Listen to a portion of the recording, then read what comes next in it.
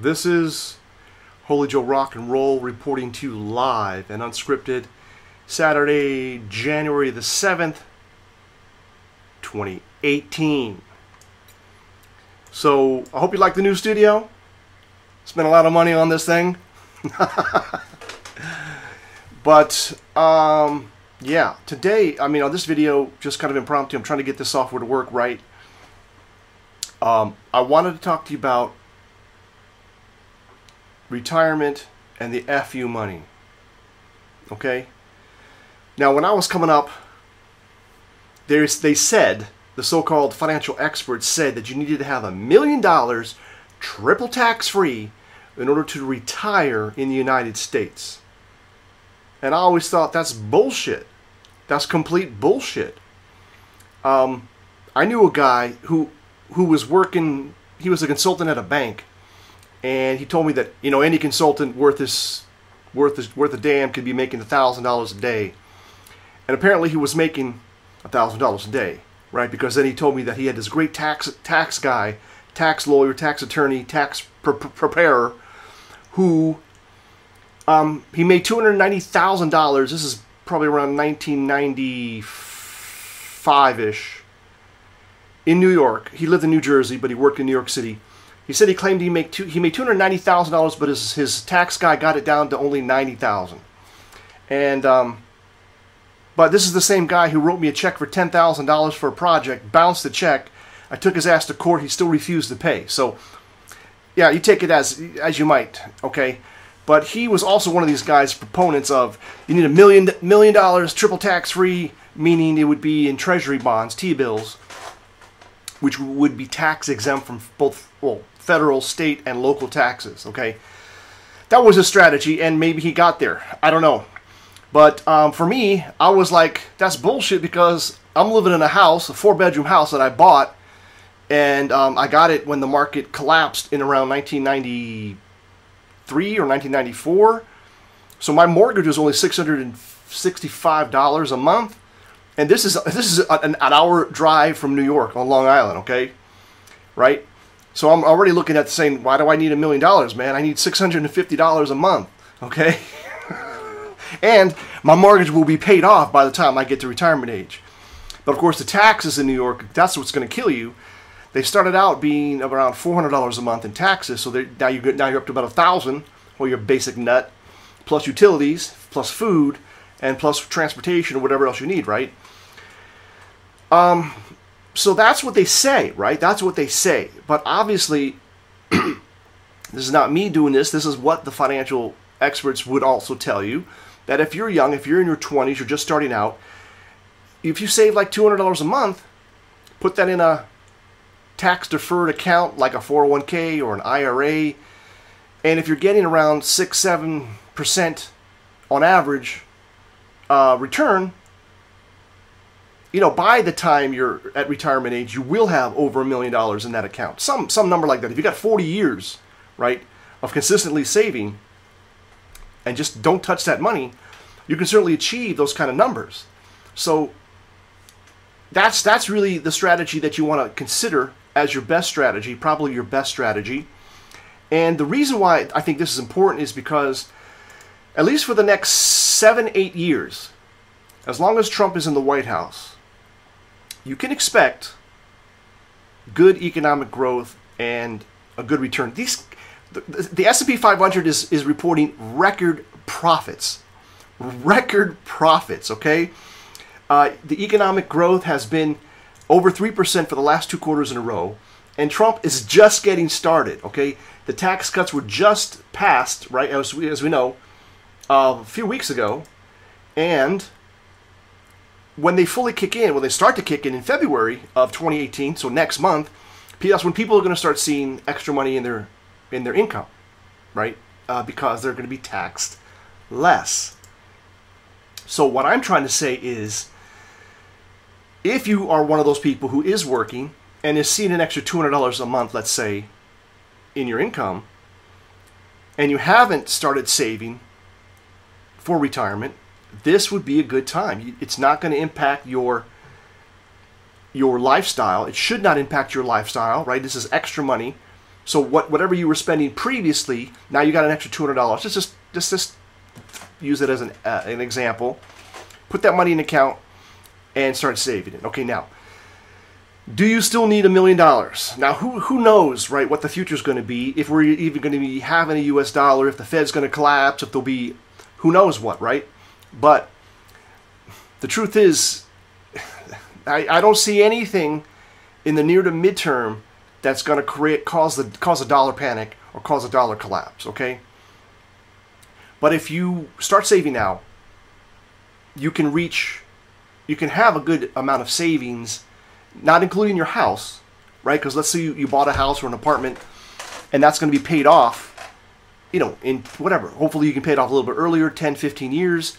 So you've got a place to live, and hopefully that's going to hold its value. You could always sell that when you reach retirement age and move to a cheaper place, or just rent an apartment, or, you know, you're going to have to move. That's the second part of this. So the first part is getting the money, okay?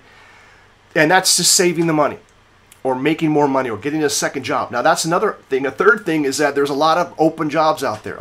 There's millions of jobs that are open right now. Now many of them you couldn't necessarily take as a second job, right? Because it's going to be conflicting with your primary job. But there certainly are a lot of opportunities where you maybe could work on the weekends, or you could work in a different capacity on your own, and you can make that extra money to put towards your house or your apartment or whatever. So, I mean, this is totally live and unscripted, and I actually was trying to just record this locally, not go live, but I couldn't get the software to figure out how to do it, so I'm just going live. All right, so my thoughts are not even written down. So this is sort of a legged approach. The first leg, of course, is to save and invest, and I'm saying invest in like your first $10,000, and maybe even all of it. Just put into an S&P 500 index fund, like Vanguard, super low. I'm not getting paid by Vanguard, but Vanguard is one of those mutual funds that is super low rate in terms of administrative rate. It's like a fraction of 1%. You don't want to lose that money. I know a guy he's in the military, and he's been paying this particular company like 5-6% a year for them to invest his money. And I'm saying, dude, why are you using these guys? And he says, well, they only work with military people. And I'm like, you mean they only rip off military people? Don't use those guys. Why? Where are they putting your money? Probably like in a blue cap fund, a mid cap fund, and a small cap fund. Well, what is that? I mean, just get the S&P 500 or get the S&P 30, the Dow Jones Industrial Average. That's your big cap, Dow Jones, the 30's biggest companies.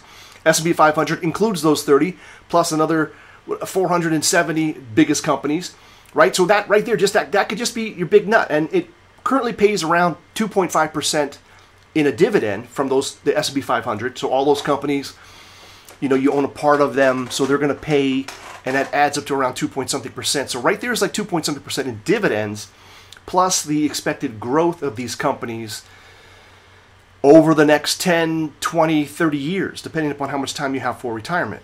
So the market is looking strong, and it's just, you know, I've been saying this for a long time, right? You know, if you listen to the doom, gloom, and boom assholes, regardless of what religion they are, regardless of what tribe they are, okay, they may have had an argument when Obama was president, okay, or even when Bush was president, with the fiscal irresponsibility of both those bastards. Even, well, to a lesser extent, Bill Clinton, because he was forced by Newt Gingrich and the Republican Congress to balance the budget. Okay, and it did happen. It happened for over 4 years. So I digress. But the point is, over the next, as long as Trump is president, so let's say the next 8 years, if his policies are implemented or continuing to be implemented, we're going to see strong growth in at least the U.S. equity market. Okay, that's not to say that maybe you shouldn't buy. When you build up some money, buy a couple of gold coins, just tuck them, put them in a small safe, and, you know, whatever, put them somewhere safe, okay? Just buy some bullion, a couple of gold coins, right? Maybe it's too late to buy Bitcoin, in my opinion. I don't think it's going to go much higher. I mean, people say it might go to $1 million a coin, but I mean, you got $14,000 to buy a Bitcoin and speculate on it. I would rather you put that in the S&P 500 index fund and you're going to sit on it for 20 years, right? Now, obviously, if you're making $100,000 a year and you miss the Bitcoin thing and you think, well, you know what? Next month, under 20 grand in my bank account, maybe I'll buy a Bitcoin. Okay, well, maybe you don't buy Bitcoin. Maybe you buy another one of these newer cryptocurrencies which are in their infancy and speculate that way. So maybe you could buy 1,000, Bitcoins for, not Bitcoins, but 1,000 of another cryptocurrency for $1 a piece and just, pray to the Bitcoin God or pray to the cryptocurrency God that they go up. I do know one guy who started in March of 2017. He got in a little bit late, but not too late. And he loaded up on everything, well, on a lot of currencies, not Bitcoin. They all went up just recently. He sold them, and he earned millions. He said mils when and then the price dropped below his original purchase price, and he bought back, right? Not keeping his profit, he bought back, right? So he's playing with the house's money right now.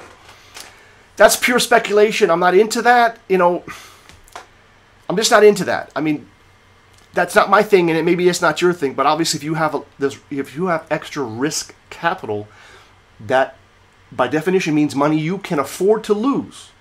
Okay, then it's something you might consider doing. Okay, I'm not opposed to it. Certainly, this guy made millions, speculated on 3 or 4 different of these baby cryptocurrencies, and he made millions just recently. I mean, the guy was already rich, not super rich, but he's a wealthy guy. I mean, let's just be honest. Okay. He's a libtard and he's anti-Trumper and he has other issues, okay, but he is a successful guy, okay, for all intents and purposes. Happy New Year, everybody. I see Zion.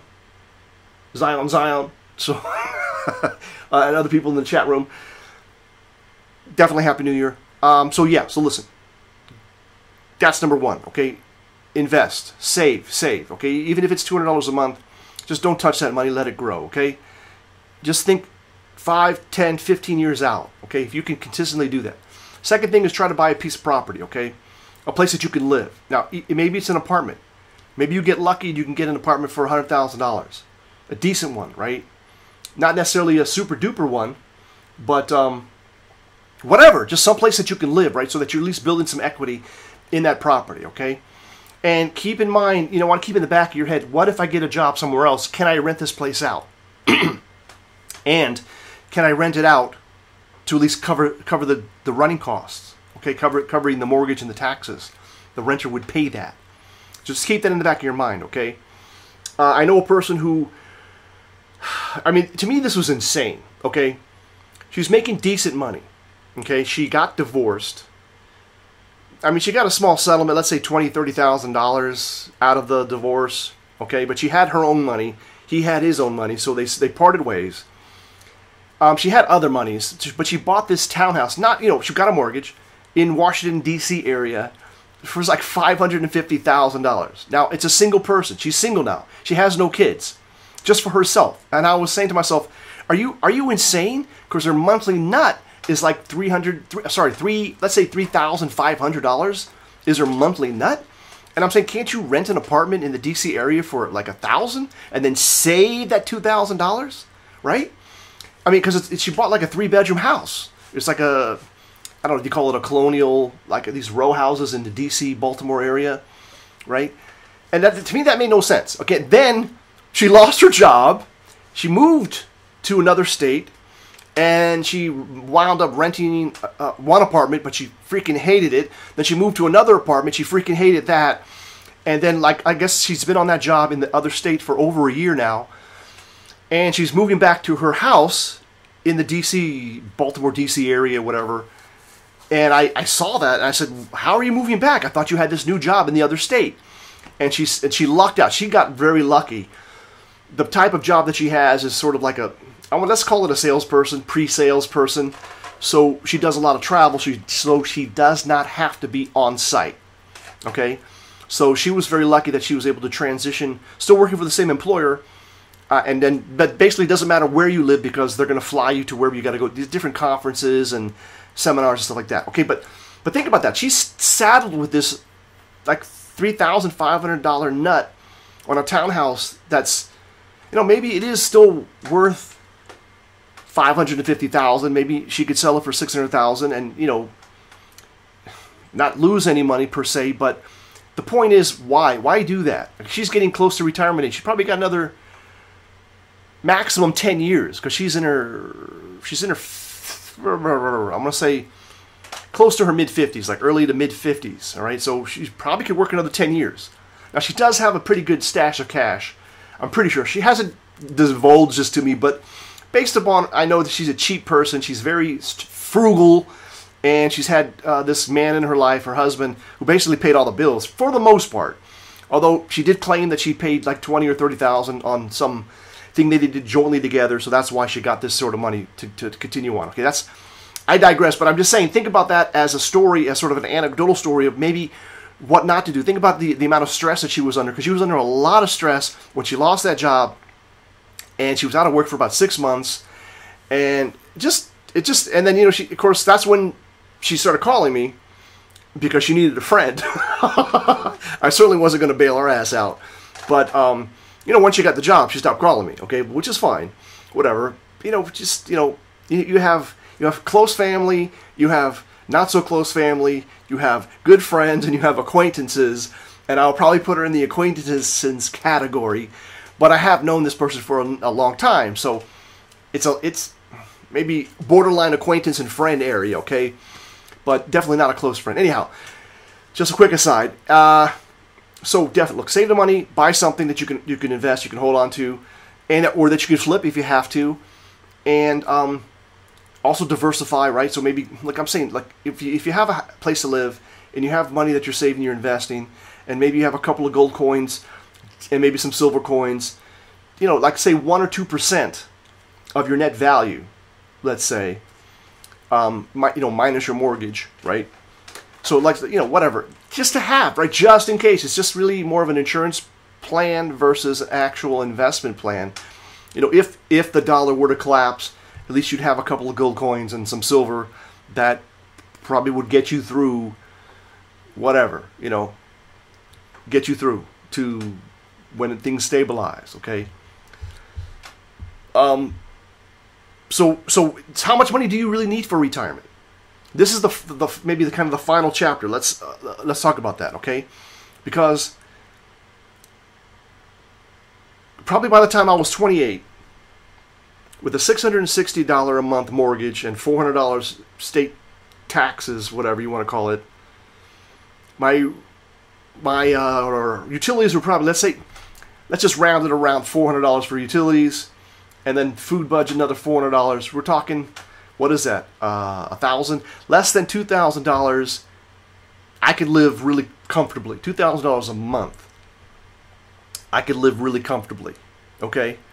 Now, if you're making $10 an hour, what is that? That's $1,600 a month gross. If you're making $10 an hour, sort of a minimum wage job or slightly above minimum wage. Okay. And that was a 4-bedroom house that I had, so I could rent out rooms, okay, which I did. So, you know, I rented out upstairs for like $800. I rented out, I refinished the garage. I turned like an extra big garage into a studio apartment with a loft and a full bath, and I got $650 for that. So basically, with those 2 tenants, and I'm still living in the house, and I had a basement, a full basement.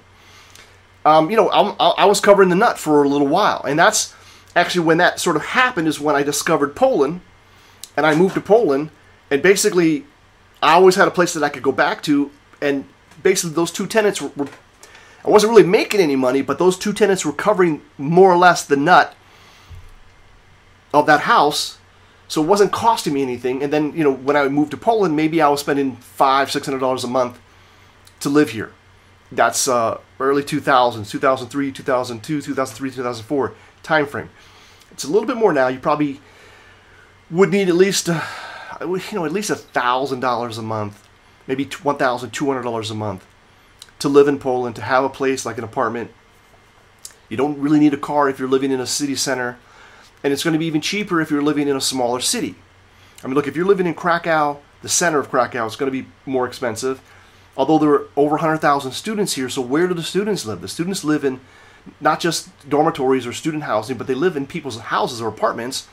And I knew a guy who lived in a house, and he basically had 1 room and a bathroom that he shared with one other person, full bath, and he was paying like 500 zlotys a month. 500 zlotys a month at the time was under $200 a month. Okay, and he just walked to class, and he didn't have a car, and that's certainly something that you could do if you know. Is it a perfect life? Is it what you aspire to? If you're like, let's say you're 65, would you aspire to something like that? Maybe, maybe not. Maybe you don't care. You just want to have a place to sleep, but during the day you're going to go to wherever. The library, coffee shop, and maybe you'll still continue to work, but it's not going to be, you know, stressful. It's going to be teaching or giving back or doing blogs like this. Right? Who knows, right? Something not that stressful. Or maybe you're working remote, or maybe you're working part-time, or whatever the case may be. Or maybe you're spending more time with your family. This is maybe, so that's what I'm saying. So where do you retire? Like, even if I was still in the U.S., I knew that even though I could afford to live in New York, I knew that I probably wasn't going to retire there. That at some point, I would probably bust out and move to a cheaper area. You know, cheaper area. Now, for some people it's Florida. For some people it's Texas. For some people it's whatever. Usually low tax or zero state tax states. It could even be, I think it's Vermont has no sales tax, no state sales tax. Or maybe Maine, one of those places, maybe those places. Whatever. It depends on what, you know, what do you want to, where do you want to live? Some people go to Thailand. Some people go to Poland. Some people go, you know, wherever. So certainly, you definitely don't need to have $1 million triple tax free to retire in Poland. Okay, that's what I'm trying to say. So let's imagine that over 10 years, that's 120 months. Okay, 120 months, 10 years, you were able to save up enough money with dividends, compounding, and reinvesting, right? Because it's in a tax-deferred, whatever, either it's an IRA or it's a self-directed 401k, or, sorry, a 401k from your company, or a self-directed IRA. Let's say you got $100,000 after 10 years, okay? Now, $100,000 invested only in the S&P 500 will only get you about $2,500 a year in dividends. Okay, so that's not enough to access that money without touching your principal. Okay, but what is that? I mean, that's 50. Basically, you would have less than 50 months, so about 5 years of retirement money. If you're burning $2,000 a month, right? Let's say you're burning $2,000 a month, and you're pulling it from your retirement fund, tax-free. Let's say it's a whatever. It's a particular thing that you're at retirement age, so you can start pulling from the money. And since you're only pulling from the money, you're making less than what you need to report as taxable income. So whatever, you know, whatever it is. Actually, yeah. So you'd have let's say around 50 months, which is 48 months is 4 years. So just shy of 5 years worth of money, right? So that's not enough to really retire with the $100,000. But again, it depends on what you're spending. If you're able to live off of $1,000 a month, and potentially you got another part-time job, which brings you in $1,000 a month, right? Even if it's minimum wage, $10 an hour, right? That's let's say you would be taking home at least, let's say $1,500 a month on a $10 an hour type job, right? So then clearly, and you know, this could be, let's say you're working in a fast food place, or you're working in some place where you know if you ever were to get laid off or fired, you could easily find another job in the same industry, right? Because you know you got your retirement money in the bank or invested, right, and it's producing some dividends. You're also working, and your basic nut, right? You're trying to live below your means. Your basic nut is, let's say it's $2,000, but you're making $1,500 from the job, taking home, and then you could draw down, let's say $500 a month from your retirement, and then now that's going to last for, what is it, 100,000 divided by 100,000 divided by 1,000 would be 100 months. 1,000 divided by 100,000 divided by $500 would be 200 months. 200 months is I don't know how many years that is. 200 divided by 12. That's 16 and a half years, over 16.6 years. So, you know, that would, well, I don't know that you want to be working for 16 years after you've quote unquote retired, right? Because you'd be in your 80s by then. So probably you don't want to have that, right? So maybe 100,000 is not enough. Okay, that's what I'm saying. Think about it. But let's say you wanted to retire early. You want to have that FU money. Okay? Now the FU money doesn't mean you can go around saying F you to everybody. It just means that you can do your own thing and you don't care about what other people, you don't care. You don't have to care. You just do your own little thing, right? And again, you know, it depends. Like, let's say you wanted to be a coder, you wanted to develop your own games, or you wanted to develop your own software, and you just need time. You just need time and space to do it. So in that case, you know, and if, let's say you're single, or whatever, but just hypothetical, let's say you're single, you need a small apartment with, you know, your computer, and you want to just do that, right? And you have a vision for a product that you want to create, and you believe that you can create it on your own, and you need a couple of years to do that. So maybe that's not retirement, maybe that's just sort of a sabbatical to do your own thing. But let's say you had that kind of money available, and you could just do that, right? You could just say, you know what, I'm not going to work right now. I'm going to develop my thing. I got enough money for 5 years. I got 5 years to make this thing successful. Okay? That's another strategy. It could be hit or miss, but at the end of 5 years, if you've been working hard on your project, you probably have learned a lot, and it probably would definitely increase your employment opportunities after that time, right? After when that time is over. So it would not be wasted time, necessarily. Definitely would not be wasted time. You would have hopefully gathered a lot of skills, and you would have some kind of product that you could hopefully show, proof of your employability, proof of your whatever have you. So, you know, whatever. That's a tangent, but I'm just saying it really depends on what you're trying to do, okay? But for most people, this guy that was mentioned in one of my videos, he's in California. He got some kind of cancer, and he's got to be 62, because I looked it up to see what's the earliest age you could retire at age 62. Oh, sorry, what's the earliest age in America that you could get Social Security, and it is age 62, but you only get, I think, 70% of your estimated, your benefit, whatever the benefit would have been. You get 70% of it because you're going to live an extra 10 years, whatever, according to the, you know, you're retiring at 62, not 67. If he would have waited to age 67, he would have gotten 100% of it, okay? But for him, you know, he had this, he called it a cancer. It wasn't actually cancer, but whatever. He couldn't work anymore, and he was eligible for retirement. I wouldn't even call it early retirement. The guy's 62 at least. So he got his Social Security benefit, and I know he's married. He has a wife, so she's working. I'm assuming that she's still working.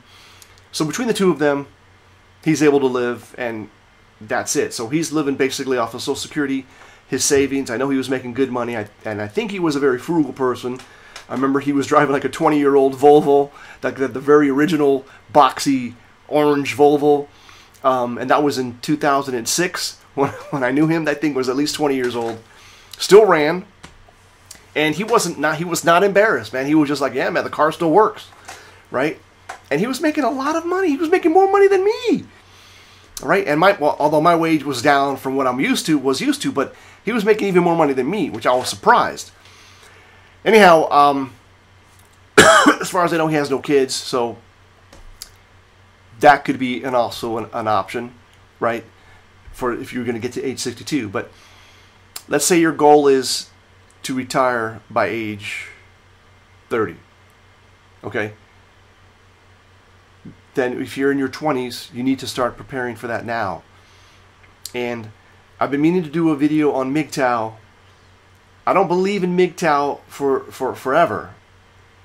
But I believe in MGTOW for maybe a part of your life where you're trying to get things rocking and rolling for you and for your future and for your future family or what have you. And that's, I mean, they didn't call it MGTOW back then, okay? But I had my own company.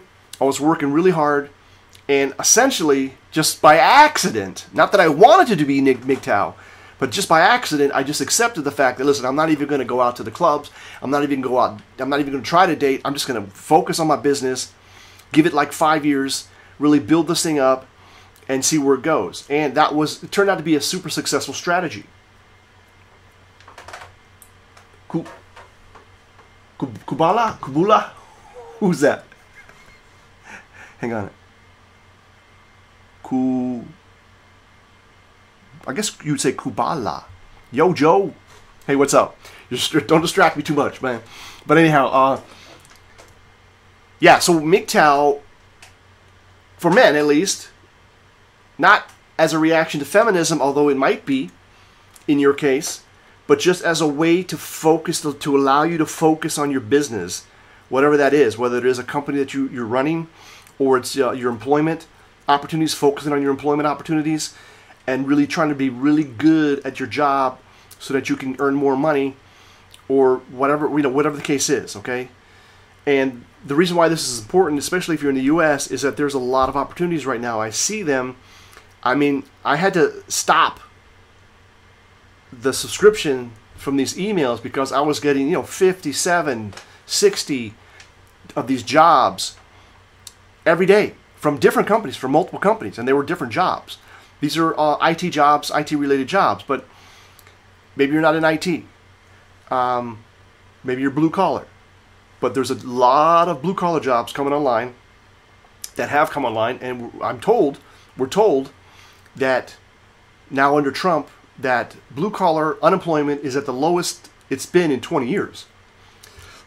And there's some, whatever the number was, I can't remember the number, I don't want to misquote it, but it was a huge number of new factory or blue-collar type jobs that opened up within the last year, basically since Trump won the election, so since November of 2016, that these factories are coming to America, are rebuilding in America, are hiring in America, and that's a good thing for at whatever level you are.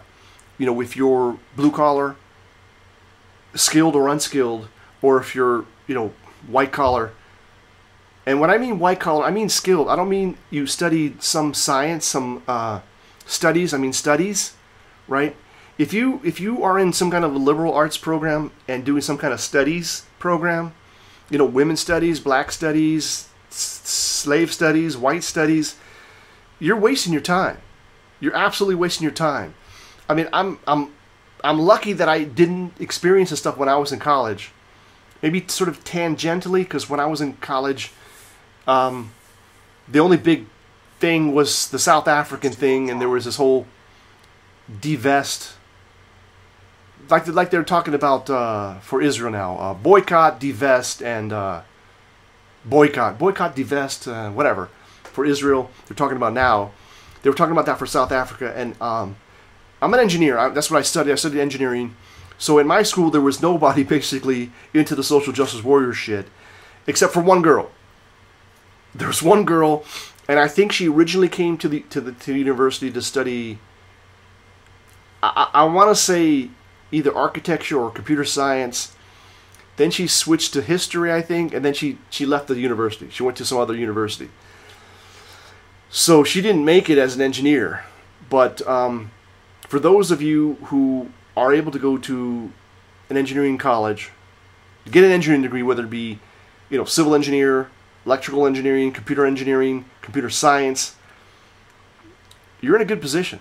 That's where those jobs are. Now, it doesn't mean that you're going to be a programmer necessarily, a coder. Maybe you're in, there's so many just jobs in IT. And even with all this automation, it's still requiring a lot of people to handle the automation, to run the automation, to, do all kinds of stuff, to rack and stack. I mean, that's the, maybe the blue collar end of it. You don't have to be that skilled. You have to be skilled, but not highly skilled to do that stuff. Obviously, you got to know what you're doing, so that's skilled. But you don't necessarily need to go to university to do that. But that could be a job that you get while you're in university. If there's a data center near you, or there's IT companies near you where you could earn some money while you're in university. And that's the other thing is, don't go into a huge amount of debt for your studies if you can. Pick a school that you can afford. Pick a school that you know, whatever your situation is, either you have enough money from your parents, plus maybe a Pell Grant if you're needy, or maybe grants from the school, or maybe you can go to a university that your parents went to, get some kind of an alumni discount, or child of an alumni discount. I think it took me... How long did it take me? It took me 6 years to pay off my student loans. It took me 6 years to pay off my student loans, and they were not that big. When I graduated, I think I had maybe $12,000 worth of student loans, and I could have paid it off earlier, but I was a little bit of a douche, and I kept delaying it. And I had all kinds of, there were special programs you could delay it, and I delayed it and delayed it and delayed it. And finally, my business was successful, and I was like, listen, I got all this cash. Let me just pay off these debts, because I don't need these. Come on, I don't need these stuff hanging around. And I just lump summed it. I said, listen, how much do I owe? Let me lump sum it. Is there a discount? Because I think at the end I probably owed maybe $6,000, something like that, between 6 and 7. And I just look, just lump sum it. I don't want to pay anymore. I want to get this done with. And they did a little calculation. I asked for a discount. There was no discount. And I just lump summed and paid it off. Okay, so try to get yourself in a position like that. Okay, and I wasn't actually making, back then it was decent money. It was probably above, I don't even know if it was above the national average. It probably was above the national average, but it wasn't huge numbers, which you may not expect to get until you're in your late 30s, early 40s. Maybe if you're in your 50s, if you're really successful, you can start making the bigger numbers, because you got a lot of experience and you got a good network, and you can rely on that or use that to get better paying jobs. That's another part of your strategy, is try to always kind of move up, and don't be afraid to get fired. Don't go out of your way to get fired, but if you do get fired, learn from your mistakes and move forward, right? Try to learn from your mistakes. What did you do wrong? Or what could you have done better? Maybe you were taking the job for granted, so maybe you were slacking on the job. Whatever the case may be, just think about that and just try to make it, just let that motivate you into your new job or to doing your own thing. I can talk, maybe I'll have to do another video about getting fired. This is really talking about the FU money, how to get it. Look, for most people, it's just about saving your money, investing your money, buying some property, and then thinking about retiring or doing something, retiring in a place where it doesn't cost a lot of money.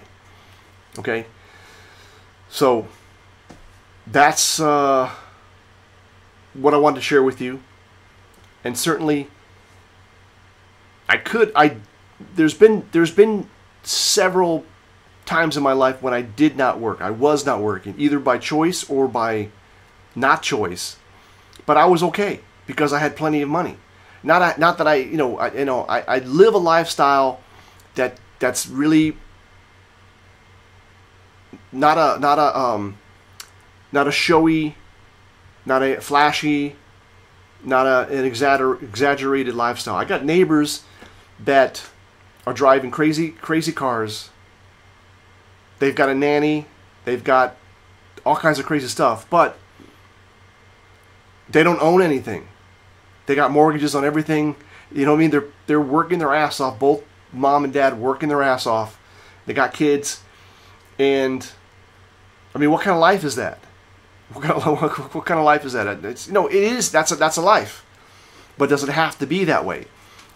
Sell the fancy car, move into a less expensive place, and then maybe only one person has to work, and then the mom could be with the kids, and you'd have a better family lifestyle, and you have more time to spend with your kids, especially in the early years. because a lot of these kids are really, little kids, especially in the early years, but then also you may not, whoever decides to stay home with the kids, but usually it's the mother. You're raising a kid, you're creating life, right? So you really want to be able to spend as much time with your child. Even if you're, as a father, I want to spend as much time with my kids as I can.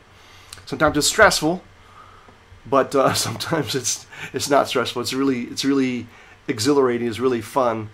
It's really amazing to see these kids grow and mature, and they're part of you, right? They're part of you. They're at least 50% of your genetics, so they're part of you.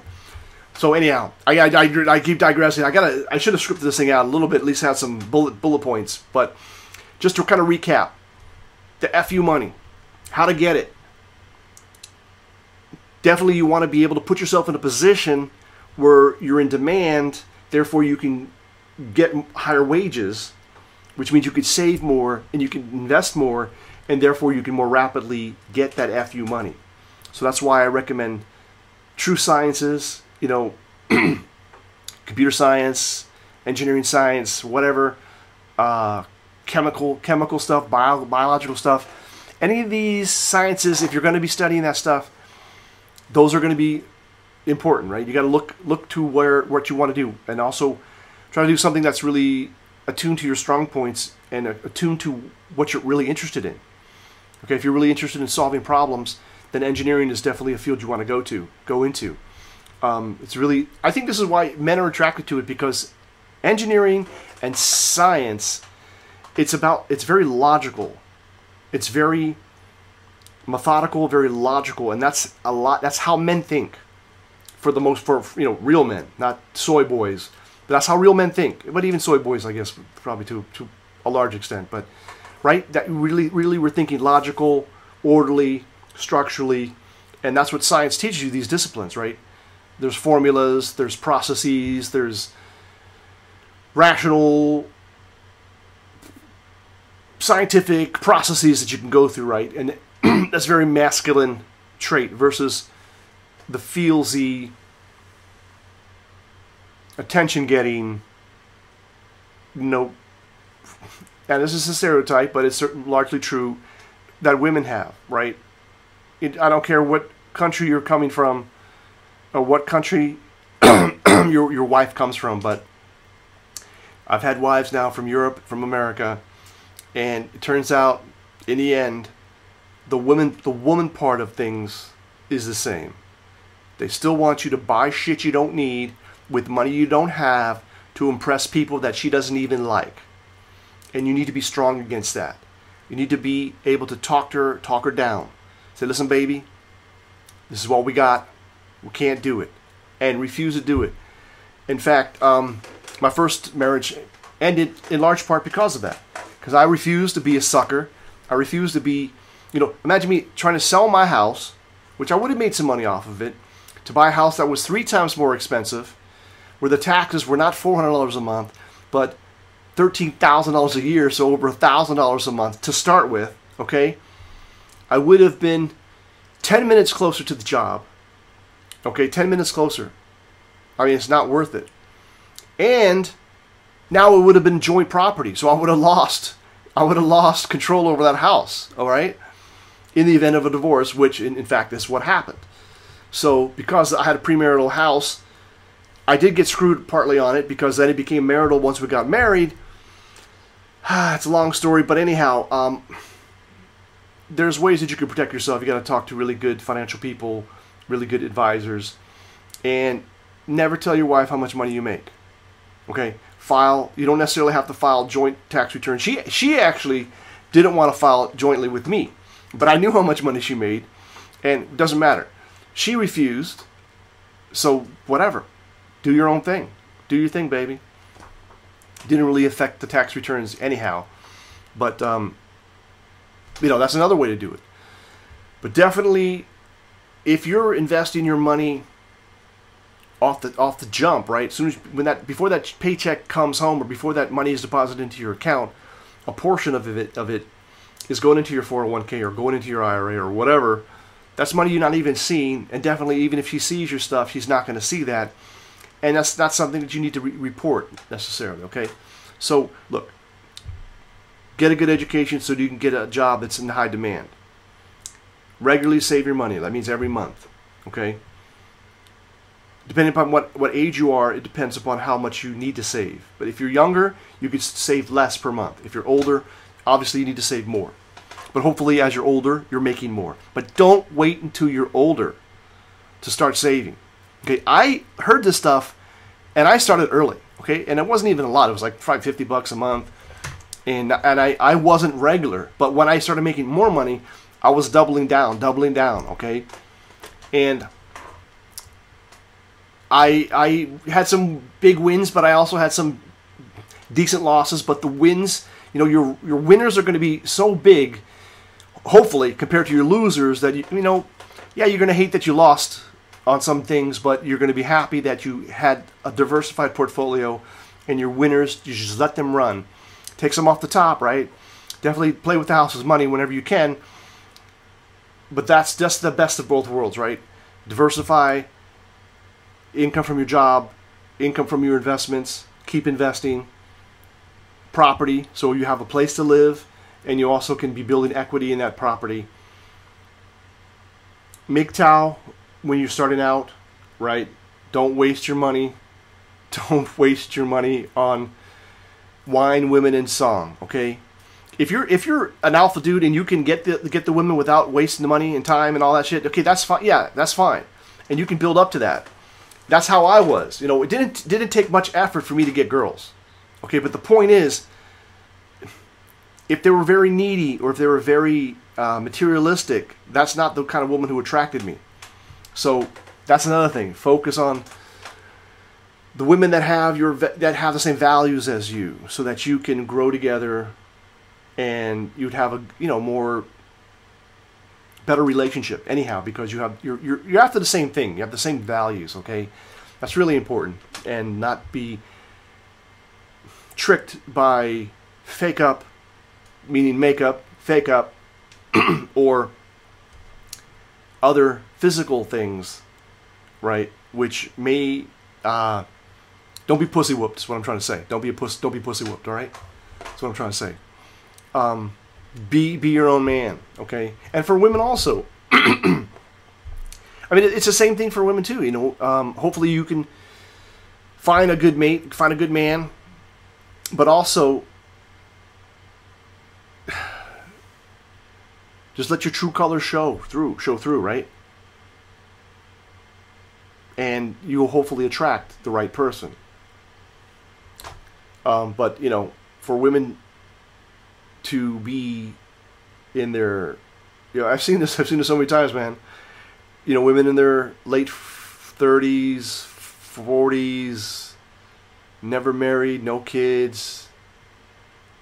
They are not happy women. They are not happy. They may tell you they are. They're not happy women. I mean, okay, maybe there's a small portion of them. I'm not saying all of them, but for the most part, when you get a chance to talk to them, get a couple of drinks into them, do you recognize that? And the comments that they make, you know, like let's say you have a child and they make comments and you realize, you know what, you've missed the big picture. You don't even know what the hell you're talking about.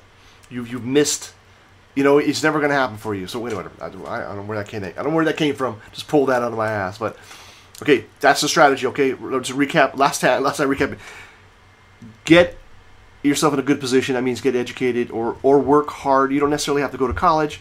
If you're doing stuff in high school, getting really sharp with the coding. There's a lot of things online where you could be coding, learning stuff. Maybe you get into an internship type program where the company will hire you right out of high school, and you'll be working on the job as a, let's say like a computer aide or as a computer assistant, and gradually working your way into their software development team. Something like that, or maybe you're a software tester, and then you go into quality assurance, and then you're a developer, whatever the case may be. That may actually save you from 4 years of bullshit at the university, and the money that comes with it while you're working and getting paid on the job, right? So get that job, get that paycheck, invest every month a certain amount, Just commit to it, okay? Don't touch that money. Let it grow. Diversify portfolio like an S&P 500, low, like even if you're not in a particular 401k or IRA or whatever it is, you could go direct to Vanguard. As an example, it's sub 1% is their administrative fee, and you're invested in the S&P 500, okay? Or, I mean, you can buy the S&P, I think it's SPY. SPY is a symbol, so like if you open up a trading account, you just buy SPY, okay? It's pretty much the same thing. There is some management fees. Some are being taken out, but it's very small. What else? Okay, try to get some property. It's not, it's not as urgent thing.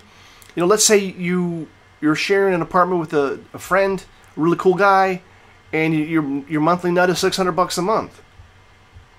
You're just starting out. You're MGTOW. I mean, obviously in those kind of situations when you got a buddy who's probably a cool dude, maybe the girls are coming by anyhow, so you could, you're not MGTOW, but you're not wasting your money at the bar trying to pick up bitches at 2 o'clock in the morning. Okay, you're getting a good night's sleep. You're working hard. Okay, so that maybe it's a transitional thing. You got to, it's what I mean. But let's say an opportunity comes up. There's a house down the street. It's a foreclosure. You could take over the mortgage. It's like half the price or whatever. You jump at those kind of opportunities, man, if you can.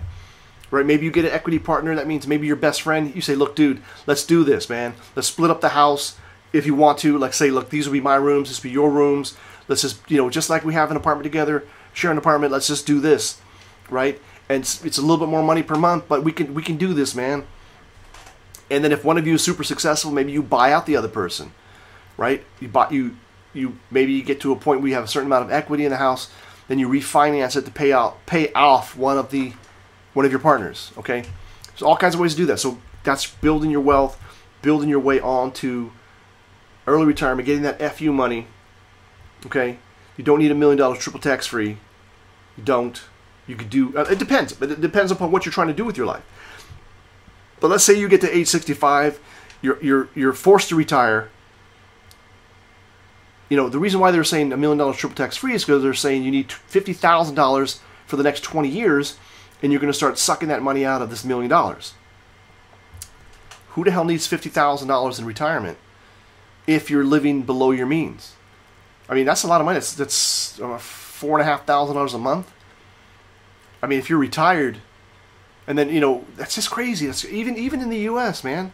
I mean, it depends upon where you live, but listen, you just would have to move to a place that's cheaper and not require that kind of money, right? Anyway, that's the other thing is pick a place where you're going to be retiring. That's going to also factor into it, or whatever you want to do, man. But I think most people who retire early get bored. Hey, man. Okay. Wow, it is 2:17, man. I don't know why I'm up so late. Saturday night, 2:17. One of the guys busting out. Thanks, man. Yeah, but try to think about what you want to do. If you're saying, look, I want to have a family, I want to get married eventually, but right now you're in that MGTOW stage where you're just trying to work hard, save up that money, get yourself straight, get yourself in a good position, financially, and with your job or with your business or whatever you're doing, or maybe you got a job on the side. Nothing wrong with that. A non-competing company that you're running on the side, even if it's a sole proprietorship, which in the U.S. you would use a Schedule C in your tax forms, where you get to deduct and itemize a lot of stuff. Okay, this is another one of these strategies which you got to talk to your financial people that know what they're doing. Okay, that can advise you properly on that stuff. But that's another part of your strategies for saving money, and basically, let's say, turning your personal hobbies into a business, right? So if let's say you have a personal hobby, you turn it into a business, and then now you get all these deductions because it's now a business, and you're trying to actually make money on that business. And there's, in this internet day and age with YouTube, it could be, this is stupid, but let's say you love archery, archery, shooting arrows, right? And it's your hobby. So every week you go to this archery range and you're shooting archery, okay? So it's a hobby. It's not tax deductible. You're not going to save any money. But what if you just say, look, I'm going to turn this into a business. I love archery.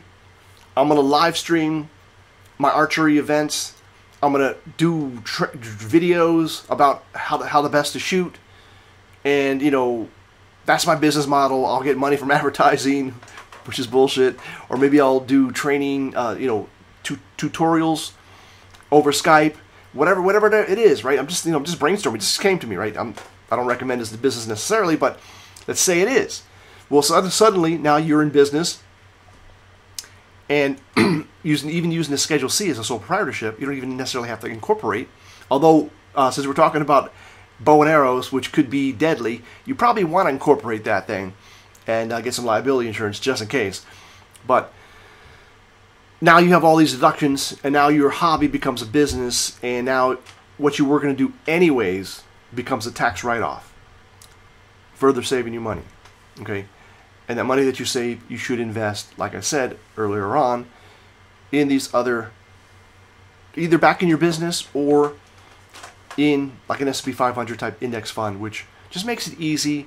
Not a lot of, you can sleep, you can usually sleep, you can sleep good at night, knowing that you're investing in the 500 largest companies in the United States, and corporate profits are at record numbers, and at least for the next 8 years, I don't see that changing, so now is a really good time to get in on that. Okay, even if you're a new investor, don't be afraid.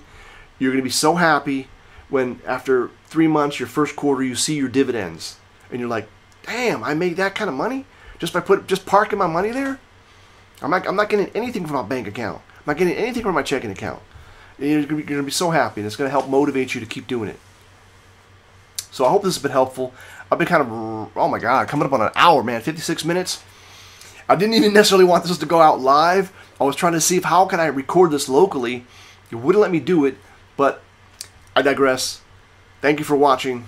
Thank you for listening. This is Holy Joe Rock and Roll, reminding you to always make it happen for the captain. Coming to you live and unscripted from my new studio. Always make it happen for the captain, because you're the captain.